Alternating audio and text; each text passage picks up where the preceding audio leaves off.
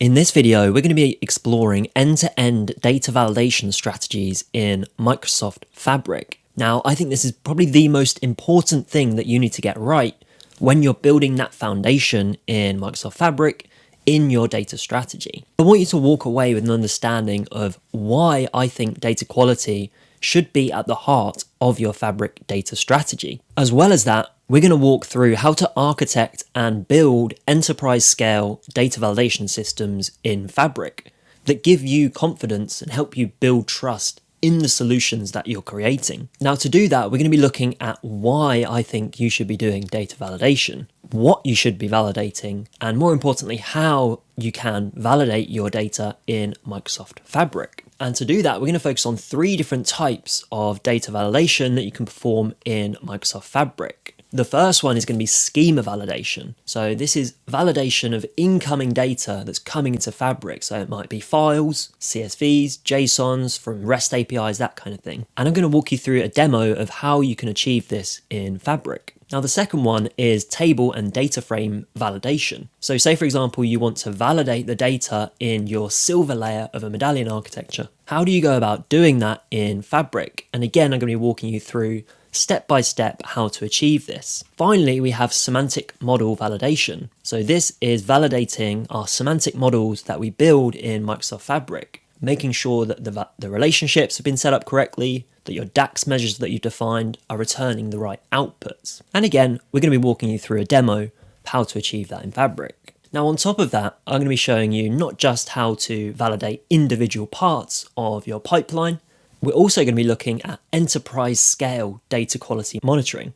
So if you've got 100 data pipelines and data sets that you're managing in your organization, this is going to tell you how to monitor the data quality of all of them to look for insights about where you should be spending your time and your investment in improving the quality of your data sets as a whole. Now, this is video 6 in our series where I'm helping you make the transition from the world of Power BI to the world of Microsoft Fabric. And alongside the slides that I'm using here, I'm also going to be publishing the implementation notebooks for each data validation exercise that we go through.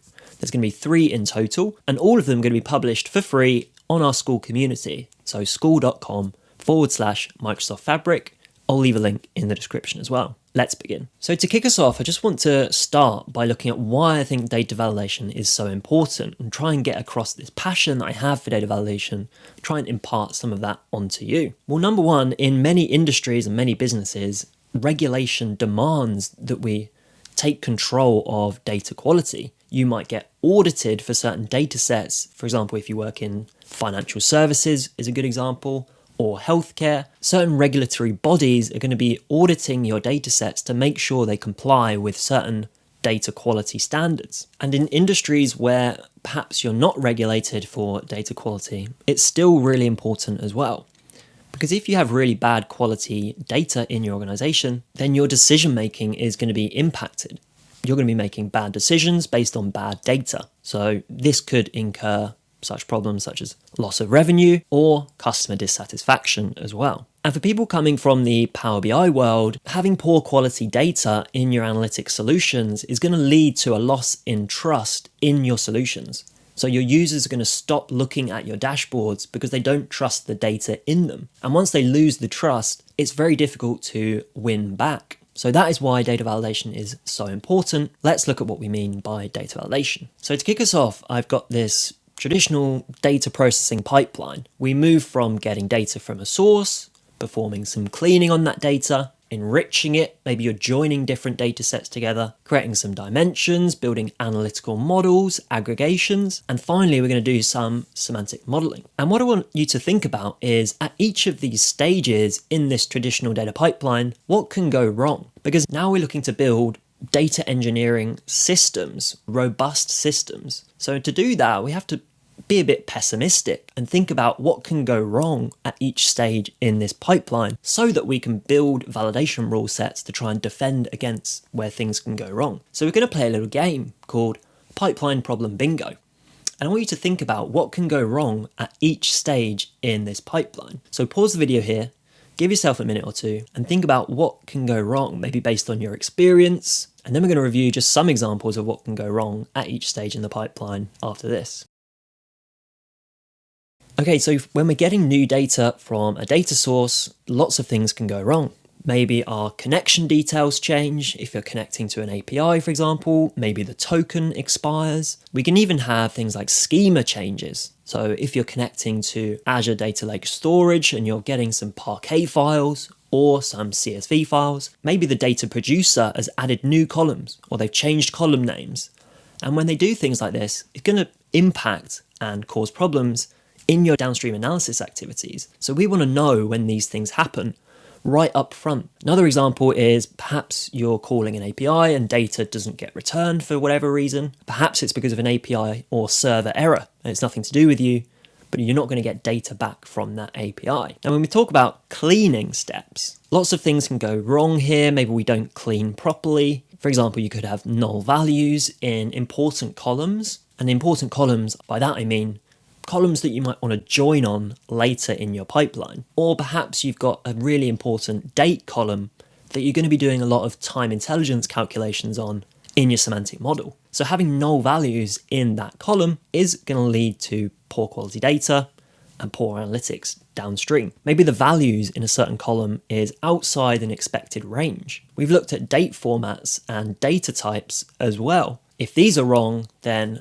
again, that's going to cause problems for our parsing and our cleaning and our transformation steps downstream. And maybe you have values outside of a predefined list. So say you're implementing metadata management and you've got a predefined list of department names, for example, and the data that you're getting from a data set includes values that are outside of this predefined list. Again, that's going to introduce data quality issues that really we want to identify in our pipeline. So when we're joining data and enriching it, well, we can introduce things like referential integrity violations. This is where the unique set in one of our joining tables does not match the unique set of the other table. So we can also have incorrect joining logic. So these could be data quality issues that you yourself, as the data engineer, you're introducing. Obviously not on purpose, but these things can happen.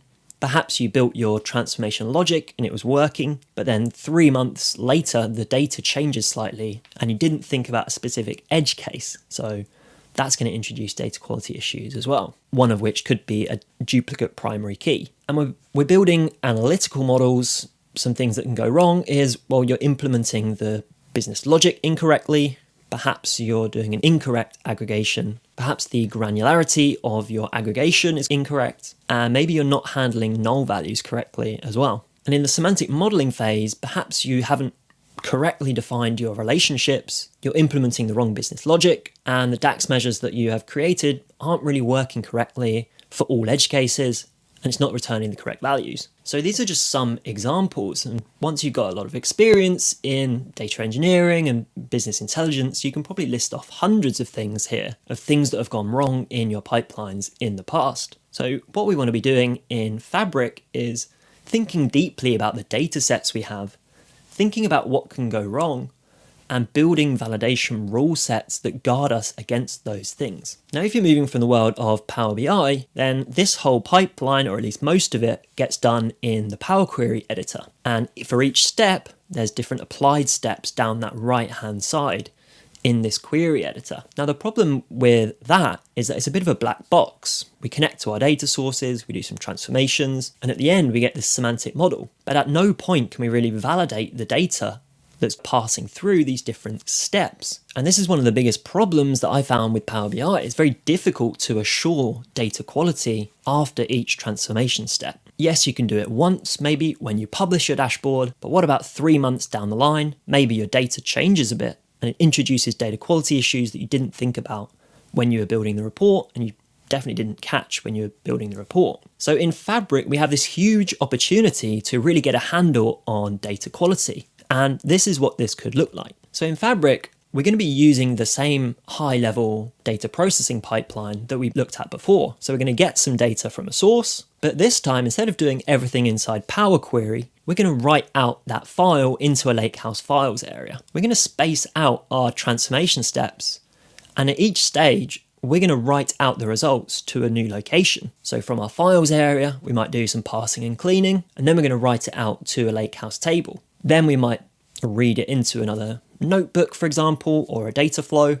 We're We're going to enrich the data, join it with other data sets, create our dimensions, all that sort of stuff. And then we're going to write it out to another table. Then maybe you want to read it in and perform some sort of analytical modeling task, create your aggregations, your gold layer, and you might want to do that in your data warehouse. Then we're going to build our semantic model, and then we're going to publish our semantic model for people to consume in the form of a Power BI report. So there's lots of different advantages of doing it this way, and lots of people call this the medallion architecture. And there's a reason why it's becoming so popular, because it has a lot of benefits. Now, the benefit that I specifically want to hone in on is the fact that it makes it really easy to perform data validation, because at each point when we're writing out this data into new layers of our architecture, we can validate that the data that we're writing into the next layer of our architecture conforms to certain expectations that we have about that data set at that point in the pipeline. So we have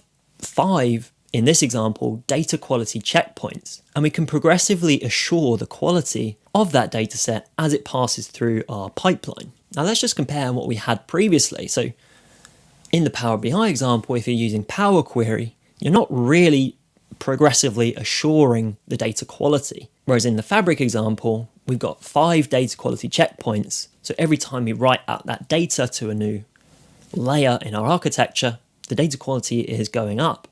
So that by the end of the process, by the time we've published our semantic model and we validated that, the user is going to be absolutely sure that they've got a lot higher quality data and it's been properly validated at each stage. So to enable this, really there's 3 different types of validation that we need to perform, and each of them are a little bit different. So the first one is schema validation, and this is validation of incoming files.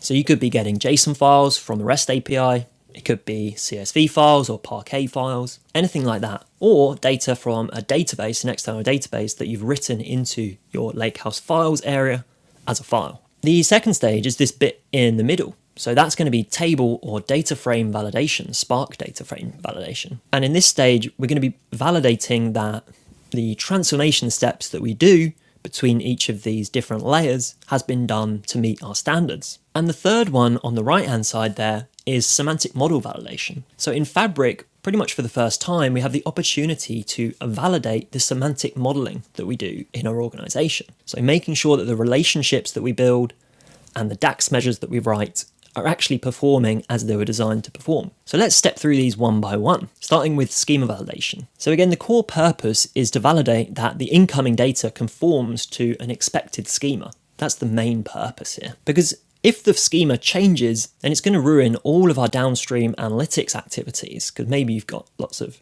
notebooks and semantic models, and they expect a certain schema for that incoming data. So if the incoming data schema changes, it's going to ruin absolutely everything downstream of that. So we want to highlight this really early on. So this is what this could look like. Say you've got some incoming files, and you're bringing them into Fabric into a Lakehouse files area. From here, you're going to pick up those files in a schema validation notebook. You're going to perform schema validation, and then you might move the file into 2 different folders depending on the results of that validation. If they fail the tests, then you might move them into a failed folder, and these will get logged, and you might trigger a failure strategy. And we'll talk more about failure strategies a little bit later on. But if it passes all of our validation checks, we might move it into a passed folder, and then we're going to load it into the next layer, our raw layer of our medallion architecture. So what's going on inside this schema validation notebook? Well, we want to validate that the data types are correct, that the data structure is as we expect, and the column names are as we expect as well. We also want to validate whether the data is parsable. Can we actually parse the data that has been given to us? Because if we can't validate all of these 4 things, then that load into the raw zone is not going to work. Now, there's a few different tooling options available to us. Now, one of the best things about Microsoft Fabric is that it opens up the Python ecosystem and allows us to use that ecosystem on our data. Now, data validation is probably one of the best examples of that. There are so many mature data validation frameworks that we can tap into. I've just listed 3 here. So Pydantic, Pandera, and Great Expectations are 3 Python libraries that you can use to validate your data. I'll be going into a bit more detail about the pros and cons of each of these in a minute. But before we do that, I just want to focus in on Great Expectations, and I'm going to walk you through an example of how we can perform schema validation on incoming files using Great Expectations. In this video, I'm going to be explaining to you schema validation of incoming files with Great Expectation. So in Microsoft Fabric, it's likely that you're going to be bringing in a lot of files into Fabric and then parsing them and then loading them into Lakehouse tables. So what this notebook is going to do is validate the schema of these incoming files. Now we're going to be using a CSV file for this particular example, customers100.csv, and I've listed the source of that in this prerequisite. So what you're going to have to do is download this from GitHub, put it into a Lakehouse files area, and I put it into this nested file structure that you can either copy or you can just change the incoming file path to be validated, this first parameter here. But what is Great Expectations? Well, Great Expectations is one of the most used data validation libraries in Python. It's a very mature framework. It can be quite complex to learn. So what I've done in this notebook is try to make it as simple as possible. It's an approach that I would call GX Lite. So it's not really using Great Expectations how it's meant to be used. It's really stripping away all of the complexity and creating a really simple method for you to get started with data validation in Fabric. Now, if you want to follow a bit more of the traditional process, let's say, then I did do a video on that a few months ago. So I'll link to that here as well. And this is this one here. And in this video, I walk you through the process of setting up a data context, setting up expectation suites, setting up checkpoints, and these give you a lot more functionality. So it unlocks more advanced Great Expectations features like actions and data docs and all this stuff. But for this tutorial, we're just going to keep things very, very simple. So to get us started, we've got this parameter cell. So this is indicated with this parameters here, and we're passing in two parameters, file path to be validated and the output table name. Now I've made this a parameter cell so that you can embed this notebook into a data pipeline and we can parameterize it. So you can pass in new file paths and it will validate them as you wish. So to get started, we need to install Great Expectations. I've already done that, as you can see here, but I am going to need to, because I'm just walking you through this as a demo, I'm going to initialize these parameters here. And the first thing we're going to do is import Great Expectations as GX. Then we're going to initialize this context. So we're going to call gx.getContext. That's like an empty shell that we're going to use and we're going to pin different things to. The first thing that we're going to create is a data source, and this data source is going to be from CSV. So the way that it works is it basically reads your CSV into a pandas data frame, and from that it creates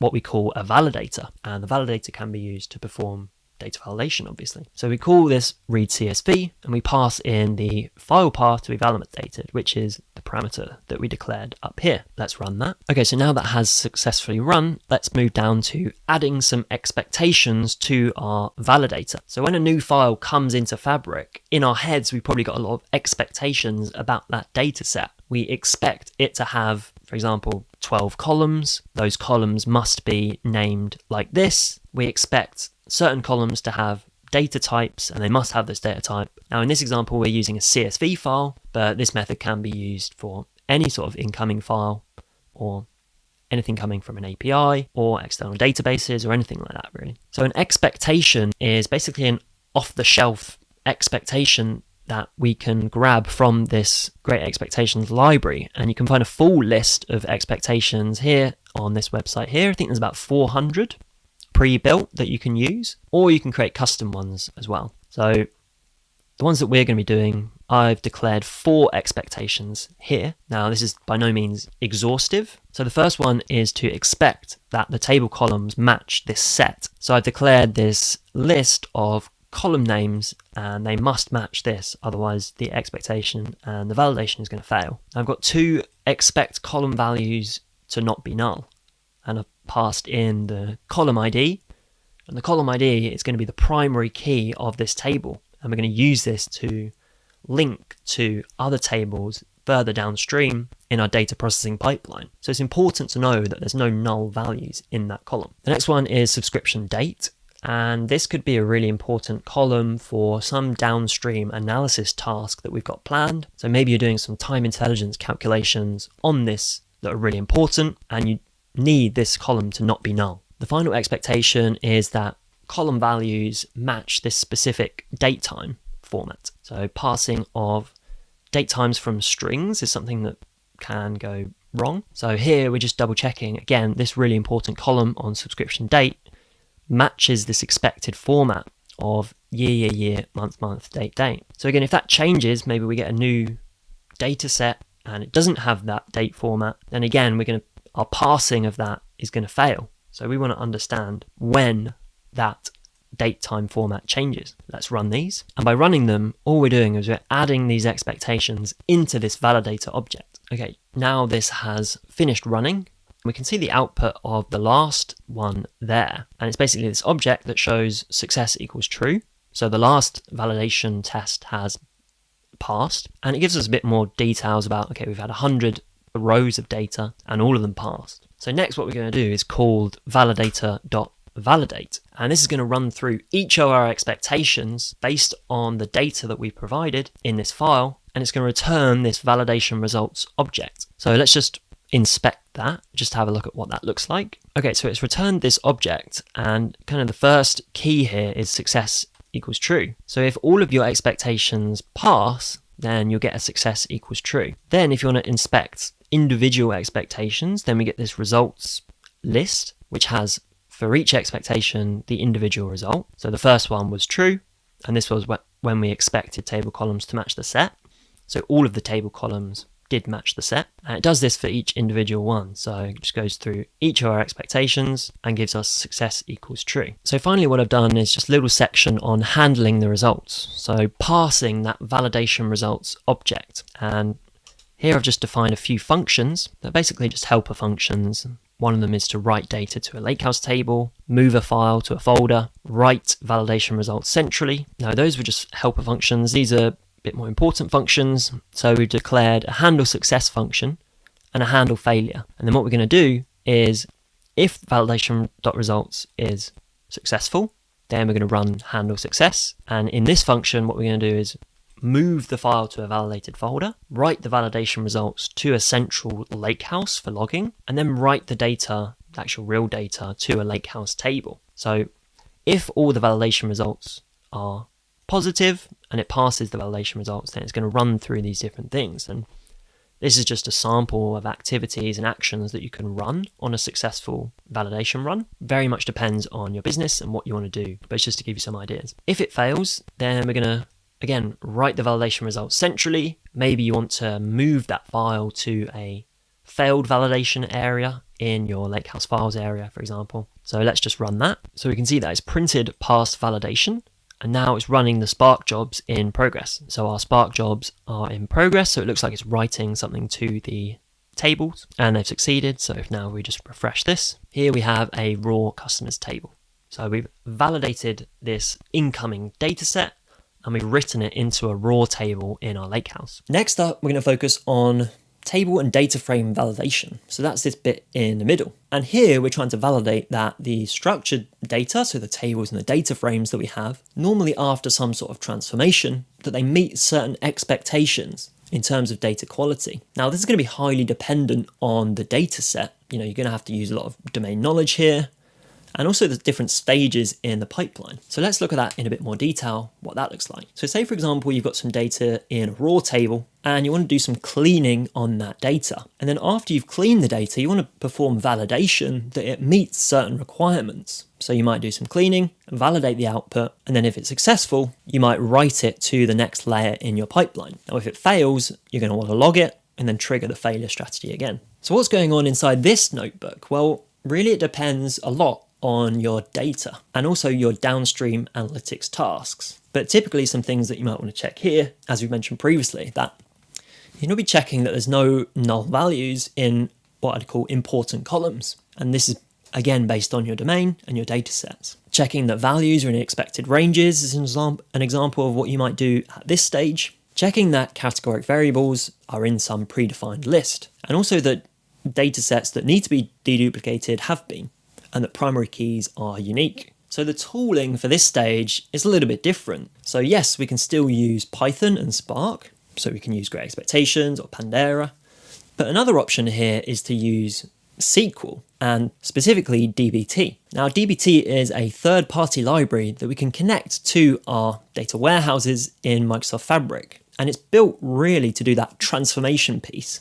So we can transform tables between different layers in our architecture. And we can also build into our DBT scripts data validation. So that kind of comes with DBT. It's a core part of DBT. Let's have a look at what that might look like. So if we're using DBT for this transformation between different layers in our medallion architecture, say for example, you have a raw data warehouse and a cleansed data warehouse.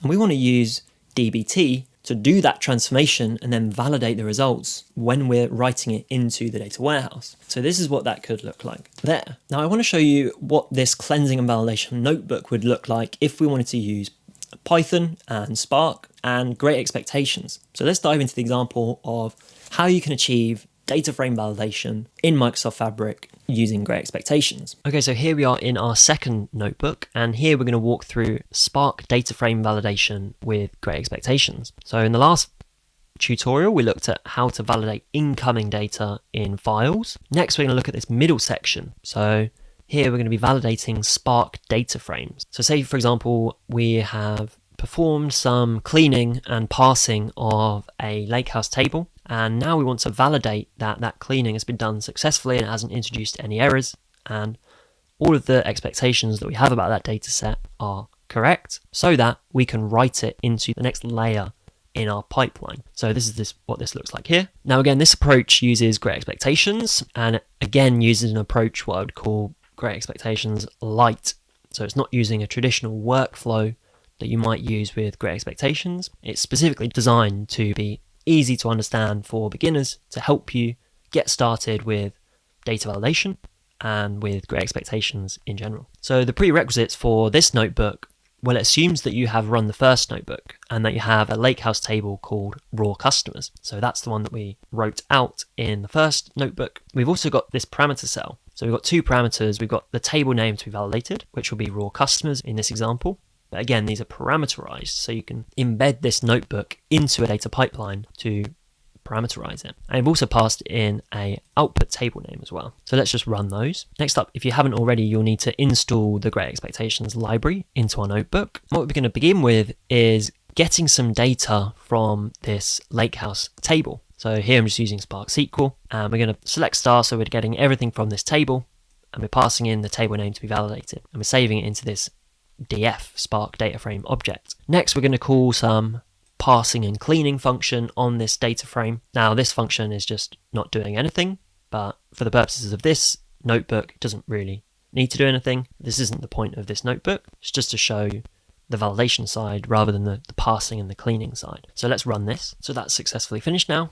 The output of it is this clean DF. So that's going to be what we carry forward into the validation step. Okay, so now we're going to define a set of expectations similarly to how we did in the first tutorial, but we're going to initialize our Spark DF dataset in a slightly different way. So we're going to import Great Expectations as we did previously, and next we're going to use this dataset.sparkdf_dataset, SparkDF dataset class, and we're going to pass in our cleaned DF, and this is going to initialize an object of type Spark dataframe dataset, which is a Great Expectations object, and that's going to allow us to attach all these expectations and run the validation similarly to how we did previously with the pandas read CSV object. So in this example, again, we've defined some expectations, and these are again very dependent on your domain and the dataset and the downstream analysis activities that you're going to carry out with this dataset. We're expecting that the column exists, so subscription date exists. We're expecting that the column record creation date also exists. We're expecting that the values in this subscription date column are greater than this specific value. So this is very much based on domain experience. Say you know that the subscription date for this dataset is from a particular product that a customer's just started using, and this product wasn't launched until the 1st of January in 2020. So any dates prior to that date, we can assume are erroneous. Similarly, we've got another one for greater than now. So any subscription dates that are in the future, and again, this is very much dependent on your domain and your data set, whether this makes sense, but just to show you how it works, if the subscription date is in the future, then I'm going to assume that that is also erroneous. And the last one is matching a regex regular expression. So it's just to check that the email column is a valid email. Let's run these. Okay, so that has succeeded. Next, let's run to the validate function. This works in a very similar way to what we saw previously. We're going to validate all of our expectations that we've assigned to this gxdf object, and we're going to return some validation results. And again, we've done some handling of those results. So here we've got a function that writes this Spark data frame to a lakehouse table. So if all of our validation tests have passed, what we're going to do is write it out to a valid table. So here we are with the handle success and the handle failure. It works in very much the same way. Here I've just written one success action, which is to write out this table into a new table for valid data. Okay, so all of those Spark jobs have now succeeded, and if we refresh this table, then we'll see that we've got validated customers. Now, in practice, you might want to save your valid data into either a different lakehouse or some area differently, depending on your data architecture and your data strategy. But for the purposes of this demo, I've just put them all in one lakehouse to make it easy to follow. Now, the third type of data validation that we can do in Microsoft Fabric is semantic model validation. And by that, we mean validating that the semantic information that you define in your semantic model, so the relationships, any calculations that you've done, any DAX measures that you've created, that these have been correctly implemented and they return the correct results. So this is what this could look like. So say, for example, you have a data warehouse, your gold layer, and you're bringing in some data sets into a Power BI semantic model. You're performing your Power BI report development process, and the output of that is going to be a report and a semantic model. Now, before the user lays eye on that report, what we want to be doing is validating that semantic model. And to do that, we can use semantic link and great expectations. Now, semantic link is a feature in Fabric that allows us to basically inspect what's going on inside a semantic model through a Python notebook. So we can have a look at the data in tables in the semantic models. We can explore relationships. We can even evaluate DAX measures and inspect the results. So the combination of that plus great expectations means we can validate that what's gone on in that semantic modeling phase actually reflects reality, and you've encoded the right business logic and the calculations are returning the right results. So just to summarize what we've been through here, at this stage we're going to validate that the DAX measures that we've created return the correct values, and that the semantic relationships between tables have been correctly defined. The tooling, as we've mentioned, is going to be semantic link in a Python notebook plus great expectations. Now let's look at an example of how you can achieve that in Fabric. In this tutorial, I'm going to show you how you can perform semantic model validation with great expectations in Microsoft Fabric. So the goal here is to validate that the semantic modeling that we've been doing, so building relationships between different tables, our measures that we've defined in our semantic model, and the table data that we have in our semantic model conforms to certain expectations that we have. Now, Microsoft themselves have actually published a sample notebook to show you how to perform semantic model validation in Fabric using great expectations. It's actually very detailed and it steps you through the process of setting up a data source, your context, your expectation suites, adding different resources into these data sources as well. So this is a good resource to understand a little bit about how to do this in a more proper way in Great Expectations. Now, the approach that I'm going to be using is a little bit different. I've tried to make it as simple as possible for you to start using data validation on your semantic models. So let's have a look at this approach in more detail. The notebook assumes that you have run the first two notebooks and you've created a semantic model in your workspace. Now, I've called mine my semantic model.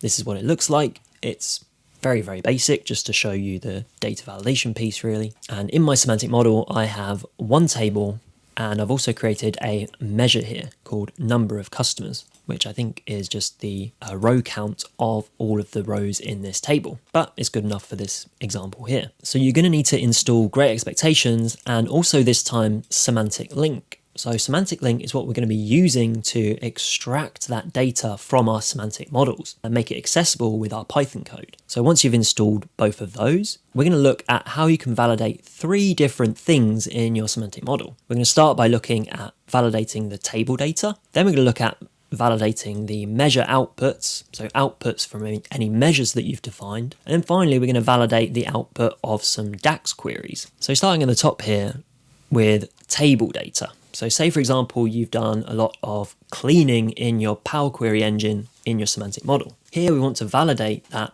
any cleaning steps that you've done within Power BI itself have been implemented correctly. And this is going to be really simple here. So all it takes really is 4 or 5 lines of Python. So we're importing Great Expectations, we're importing senpai.fabric, so that's that semantic link module.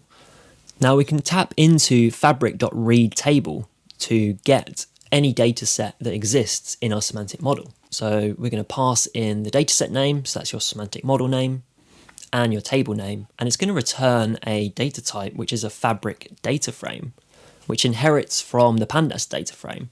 And that is really important because we can use the Great Expectations functionality for creating a validator from a pandas data frame. Now, Great Expectations does actually have some integration with Fabric built already. And if you look at the Microsoft supplied examples, you can use things like when you're adding a data source dot add Power BI underscore DAX asset, or for tables, it's ds dot underscore Power BI table assets. Now, I'm not actually using this approach. I'm basically hacking the system and benefiting from the fact that this function here returns a pandas-like object, and this makes it really simple to just add gx.fromPandas, and that's how we're going to create our validator in this case. And it's the same for all the other examples. So all of these functions return a pandas-like data frame, so we can use exactly the same logic here. Next, we're going to follow exactly the same process that we did in the last 2 tutorials. So once we've got this validator object, we can assign different expectations to it. And in this example, I've just done one very simple expectation, but obviously in practice, you're going to want to think about how you want to validate that semantic model in more detail. Then we call validator.validate, and we return this validation results, and that results object is the same as we've seen in the last 2 videos. So if we run that, we should get a success equals true. In the next example, it works very, very similarly, but we're actually using a different function in the senpai library. The goal here is to validate outputs from any measures that you define in your semantic model. And we're going to call fabric.evaluateMeasure, and we're going to pass in the measure name. So here we've only got one measure in our model, which is number of customers. And again, this is going to return a fabric data frame, which is very much like a pandas data frame. And so we can pass it into gx.fromPandas. And that's going to return us our validator that we can assign expectations to. Now in this example, I've done an expectation that the column value is to be 100, basically, because I know that there's 100 rows in this data set. It doesn't really make much sense in the wider scheme of things, it's just to show you the functionality. Finally, we've got validating DAX query outputs in a semantic model. So here you can define a DAX query in a string, and then you can pass it into fabric.evaluateDAX. That's going to return a fabric data frame again. And again, we're going to pass it into gx.fromPandas. Now in this example, I'm expecting that the column values are between 1 and 6. Again, it's just a toy example of an expectation. I'm more interested in showing you how to bring together semantic link and Great Expectations. The actual defining of the expectations is down to you based on your domain knowledge and your expertise in your datasets. So that is a very, very simple way to validate semantic model information using Great Expectations in Microsoft Fabric. So next, I just want to step into a bit of a wide review of tooling and approaches. I've mentioned quite a few tools up until this point, but now we're going to do a bit of a side-by-side comparison so that you make a good decision for your business. And we're going to be comparing against a few different criteria. So we're going to be looking at which language it uses, the relative difficulty of that approach, whether I think it's suitable for kind of an enterprise scale solution, the cost, if that's relevant, and any other notes about that particular approach. So I think it's worthwhile starting with Code Your Own as a bit of a baseline, because it is possible to write data validation rule sets if you know Python or SQL. you can write your own. Now, the difficulty here is quite high, at least to write good ones. And I would argue that it's difficult to scale to an enterprise level. There's lots of features that we get with some of the other things on this list that you will have to code yourself. And you're not taking advantage of the huge ecosystems, the mature libraries that already exist for data validation. For example, Great Expectations has about 400 different data validation rule sets that are probably going to cover 95% of your business's use cases. And you can just get those out the box, off the shelf. And that's going to save you a lot of time. And this code has been battle tested with millions of users, so I definitely recommend not to code your own. So next we have 3 different Python libraries for data validation. So if you are comfortable using Python, or people in your business are comfortable using Python, these are just 3 tools that you can use. Now, it's by no means definitive, this list. There are lots and lots more data validation libraries in Python, but the first 2 are Pandera and Pydantic. Pydantic, I think, is one of the most popular data validation libraries, very common in the data science world. And these are quite easy to get your head around. They're quite straightforward. They do pretty much exactly what you expect, and they're quite quick to learn. But the problem with them is that, in my opinion, they don't really scale up to an enterprise scale solution. They're good if you're a data scientist and you want to validate individual data sets, but there's no real functionality for enterprise scale logging. They don't have a common format for writing validation results that's very important, and we'll go into the reason why in a minute. But they are free as well, so all of these Python libraries are open source. Great Expectations is slightly different. So with Great Expectations, it's a very mature and wide-ranging, feature-rich library. You can do a lot with it, but what goes hand in hand with that is actually quite difficult to learn to a good level. There's a high learning curve, let's say. But a lot of these features are useful if you want to do enterprise scale data quality monitoring. We have features like writing out your validation results. There's data docs, which automates the creation of documentation for each of your data sets that you're validating. We have a really huge library of pre-existing expectations, and you can even configure it to give you a list of actions that you need to rectify data quality issues in your organization. So it's definitely the most feature rich, but also the most difficult to learn and implement. So next up, I want to talk about SQL. So if you prefer using SQL and you want to perform data validation, there's a few different options again. One of them is to code your own with SQL stored procedures. But again, I maybe wouldn't recommend that because it's going to be quite difficult to implement and it's difficult to scale. You're going to have to write your own logging.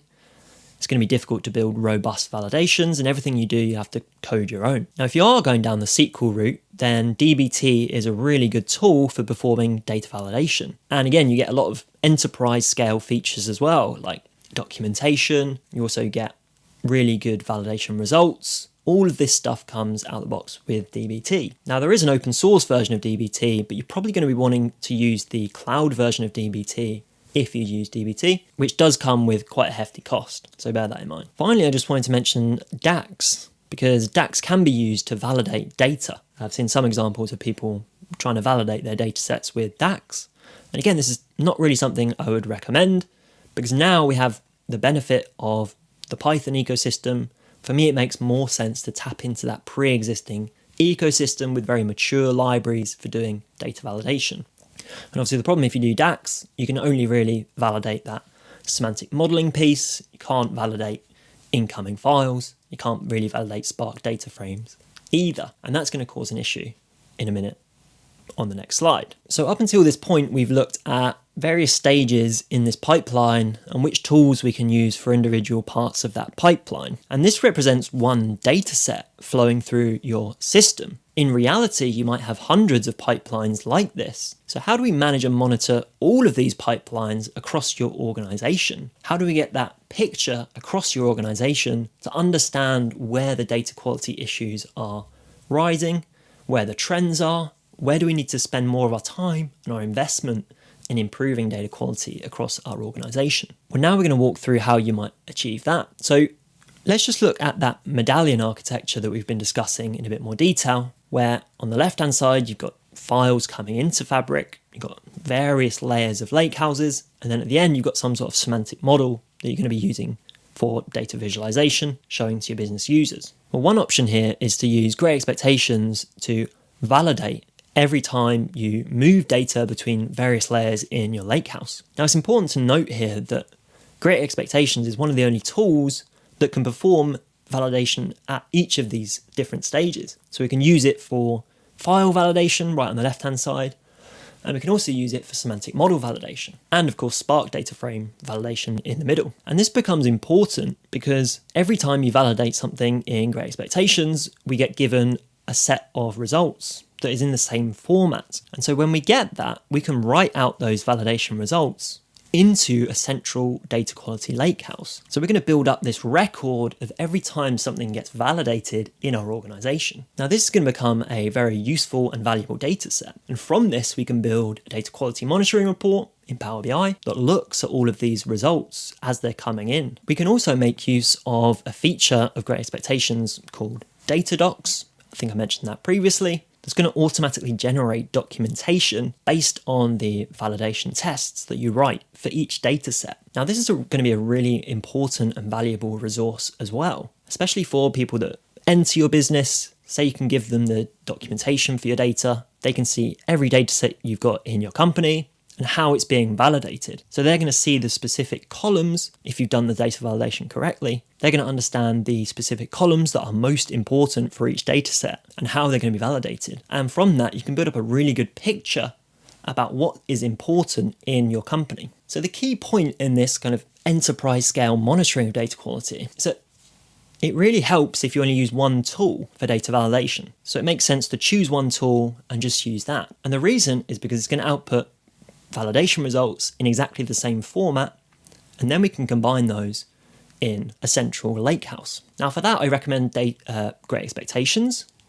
because out the box, it can handle all three types of data validation that you might want to do in Fabric: your source files, your tables in the middle, and your semantic models. And a central logging lakehouse centralizes all of these validation results for every checkpoint and every pipeline. And on top of that, you can build data quality monitoring reports in Power BI. And you can make use of the data docs functionality to document all of your data sets that you're validating. And that again can be written to a lakehouse, and you can build a Power BI report that's like the documentation for all your data in your business. So finally, I just want to touch on a few other features that we can integrate into this data quality monitoring system that we're building. The first one is around failure monitoring. So say we implement this sort of architecture here, and we have our data quality monitoring report in Power BI. Well, we can use a new feature in Fabric called Data Activator. And what that's going to do is it's going to monitor the data that's flowing through that data quality report, and it's going to check for certain conditions. So we can build Data Activator reflexes that look for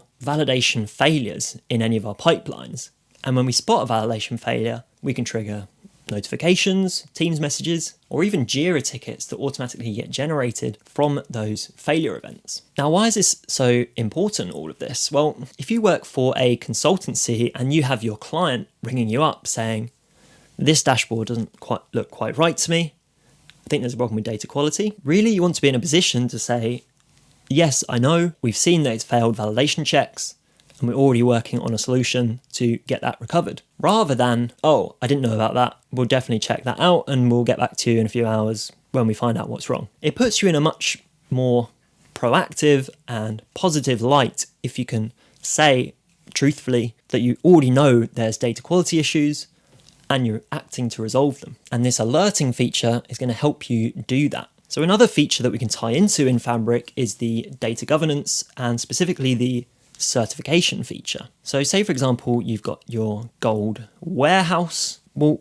by the time it reaches that gold warehouse, we can be very sure that the quality that we've got in that warehouse is very high. We've probably validated it several times by that point.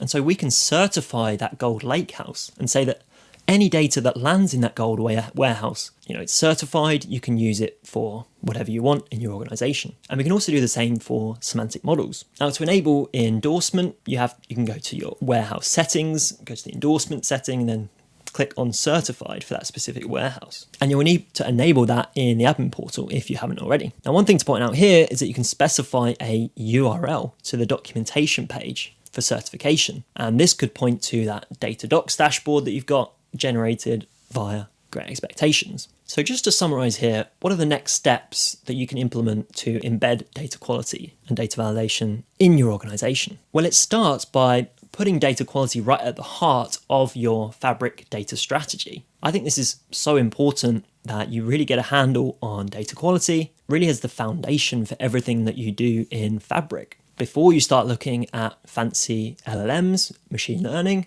amazing visualizations in Power BI, I would argue that it's much more important to get a handle on data quality and progressively assure the quality of each data set that passes through your architecture. And to do that, you need to design the right architecture specifically for data validation. So you don't really want to be thinking about data quality and data validation as an afterthought. Really, you need to be thinking about it when you're architecting your company architecture. Then you want to think about, okay, what do we need to validate at each stage in your pipeline? And this is very dependent on your domain expertise, a really thorough understanding of your data sets, and also an appreciation for what downstream analysis activities you're going to be doing on each data set, and more specifically, each column on that data set. You're going to want to choose the right tool for the job. Then you're going to think about setting up enterprise level monitoring. So not just individual pipelines, but how we can pool all of that data and start to generate insights about data quality in your organization. You're going to want to design and implement a failure strategy for your data validation routines. So agreeing a process for how you're going to deal with when things fail. And finally, you can tap into the other Fabric features like data governance and certification to prove to your organization that these data sets have been validated, and you certify that they meet certain standards in terms of data quality. If you made it this far, thank you very much for watching. Let me know you have with a green tick emoji in the comments. It really means a lot to me. All of the notebooks and lesson notes can be found on the school community absolutely for free. So go down there, school.com/Microsoft Fabric. Now in the next video, we're going to be doing an end-to-end project in Microsoft Fabric, showing you how to migrate from Power BI to Microsoft Fabric. We're going to be walking you through all of the different decision points that we've gone through in this series. So setting up your environment, getting data into Fabric, choosing a data store, building a semantic model with Direct Lake, and then validating the whole solution in an end-to-end project. So make sure you join us for that. I'll see you there.